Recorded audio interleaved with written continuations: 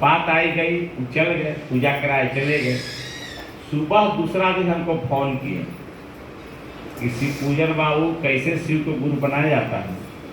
तो हम बोले आफत विपत आ गया का पंडित जी। तो उन्होंने कहा कि हाँ, रात में सोए थे तो छाती पर मैंने दो उल्लू लड़ा है अंदर, फिर किसी क्या होगा, से हमको डर हो गया, लेकिन बने कि नहीं बने।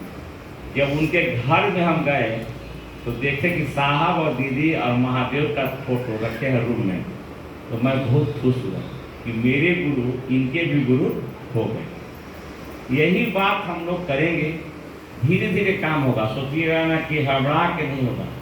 जब अकेला तन्हा साहब और दीदी शिव चर्चा शुरू किए हैं, तो साहब कई बार बोले भी हैं कि मैं एक जगह में एक आदमी को बुलाया था कि आइए शिव गुरु की बात करना है।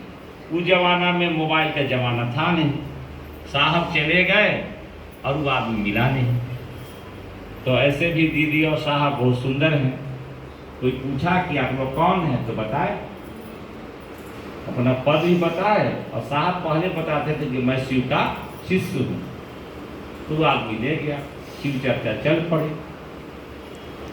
अब कहीं कहीं लाचारी होता था कि आदमी, अब न जमाना आ गया, गाड़ी हो गया, आदमी कहीं से कहीं चला जाता है। साहब रुक गए, कहते हैं शिव चर्चा जब खाना खाकर शुरू हुआ, एक लड़का बोला अंकल बरस कर ले। साहब बोले कि बरस, अभी तो थोड़ा पहले खाना खाए हैं। कहा कि नहीं सर, दिन का 7 बज गए। देखिए कितना मैंने शिव चर्चा में अंदर समाहित हो गए, समय का पता नहीं चला। आप साहब के साथ जाते आते ना, समय का पते नहीं चलता।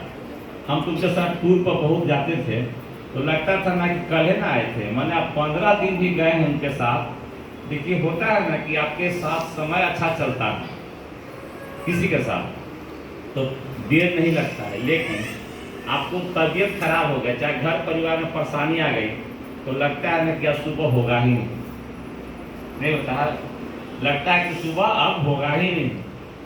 तो परेशानियों के, समस्याओं का निदान गुरु करते हैं, तब करते हैं जब उनके साथ आप जुड़ जाते हैं। इसीलिए गुरु क्या करता है, एक किताब में साहब लिखे कि अंधकार से प्रकाश की ओर ले जाता है। कैसा अंधकार? तो हम लोग को एक जैसे अंधकार अंदर भी है, अंधकार है कि नहीं, उस अंधकार को प्रकाश की ओर ले जाते हैं, उसको गुरु कहते हैं। इसीलिए कहा जाता है गुरु आलोक स्तंभ होते हैं। आलोक का मतलब प्रकाश, स्तंभ का मतलब खंभा। जैसे आप सुने होंगे कहानी में कि मीरा के गुरु रैदास थे, जो चौक चौराहा पर बैठ के जूता सिया करते थे। मीरा राजघराने की बहू थी और उनके दुकान पर रोज बैठती थी। और मीरा के मन को पकड़ के भगवान कृष्ण के मन से जोड़ दिए, रैदास जी जोड़े हैं।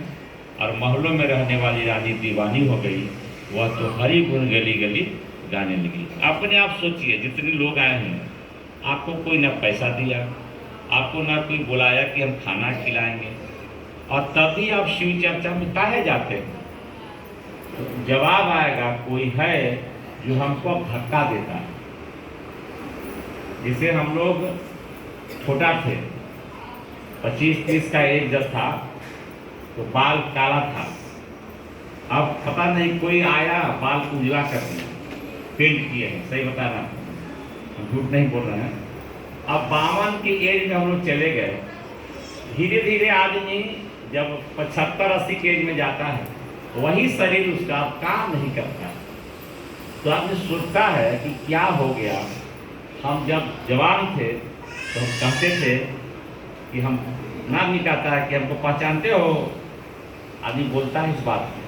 तो क्या हो गया कि अब हमको कोई पकड़ के उठाता है तो उठते हैं, नहीं तो बेड पर रह जाते हैं। एक दिन आएगा, धीरे धीरे। साहब ने किताब में भी, साहब ने व्याख्या किए हैं कि आपका जो शरीर है ना, उसे अधिक ताकतवर क्या है? मन है। मन है कि नहीं? अब मन से अध्यात्म, शारीरिक ताकत से क्या बलवान है? आपकी मानसिक शक्ति। अब मानसिक से क्या है? हाँ, उस पर उदाहरण साहब दिए कि एक आदमी है जो 6 साल से बेड पर